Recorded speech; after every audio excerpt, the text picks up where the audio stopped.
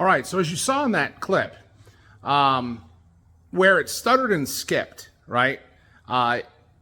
There's two problems I was having, right? So first, the wire speed coming out of the gun, right? So nozzle, whatever you want to call it. I don't know what you call that thing. I could feel the wire hit, like bottom out, right? So as I'm moving down, I could feel the wire, like before it starts to melt, right? I could feel it hit the metal piece below, right? So it kind of like reminded me to just move faster. So when you see the stuttering and skipping, I noticed that's when it happens, right? And I have to keep moving, right? So I'm going to show you in a second, how they came out. But, keep in mind, I've never done this before. I have to get used to the sound, the smell, the heat from it. And that's why I switched over to, this big glove, right? Which I didn't even have for welding, but it worked great because it's a much thicker glove. So I had to get used to all that stuff, like, at least get an introduction to it before I, could really focus on the weld itself. And the second problem I was having was, I don't know if it's a setting with my helmet itself.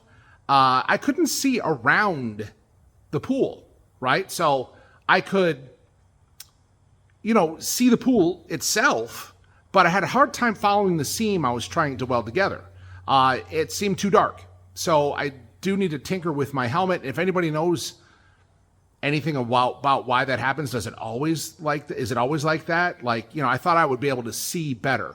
I've seen on video with people, put a filter on their phone and watch the weld. You could see all the way around it nice and bright. So it's got to be a setting with my helmet. I would hope so. That was another thing is like, because I was kind of shooting in the dark. But let's have a look at them and, let me know what you think. All right, so this is my first three, right? This one, very first introduction into welding. Way too far away, probably way too fast. I barely even made a line, right? The second one, slowed it right down. And you saw this was all in like 45 seconds. This one slowed it down a little bit, got a little closer, still popping and snapping all over the place, still trying to get used to it. This one, I was like, okay, stupid. Just focus and try to control it a little bit better. Go get a little closer. Still too fast, though, in my opinion, right? It's not, it is what it is, all right? I'll tell you the two problems I had with this. So then I was like, well, let's just try to stick two pieces of metal together, right? And this, again, I think it was way too fast, way too far away. You critique it, you let me know. But I said, between these three and this fourth one, I said, let's just go slow and let's just, focus, right? So it's the best of the three, but it's still boogers. So there's a lot I need to do, a lot I need to practice over and over again. I cannot expect myself to be a genius in doing this perfectly after 5 lines, okay? That's just ridiculous. Let me flip you back around.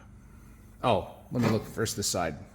And we did get plenty of heat penetration. This is about a 16th inch thick, both pieces, right? So that worked out fine as far as, the heat going through. But yeah.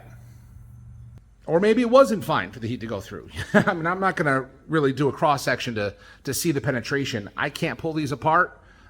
So that tells me I at least did, something. But that's what we have. Is as I'm welding, so that's the Flux 125, right? From Harbor Freight, Chicago Electric.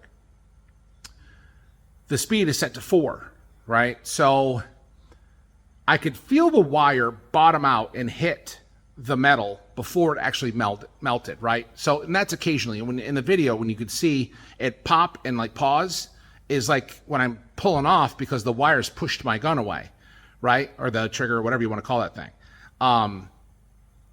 So I don't know if it's too fast or I'm going too slow, right? So I wanted to slow it down on purpose because I felt like I was going to get a better flow, right? A better pool. So I need to mess around with the combinations of that. But if you could tell me something else, if anybody had any experience with that, let me know. I've never seen a video of anybody using the Flux 125 that's never welded before, right?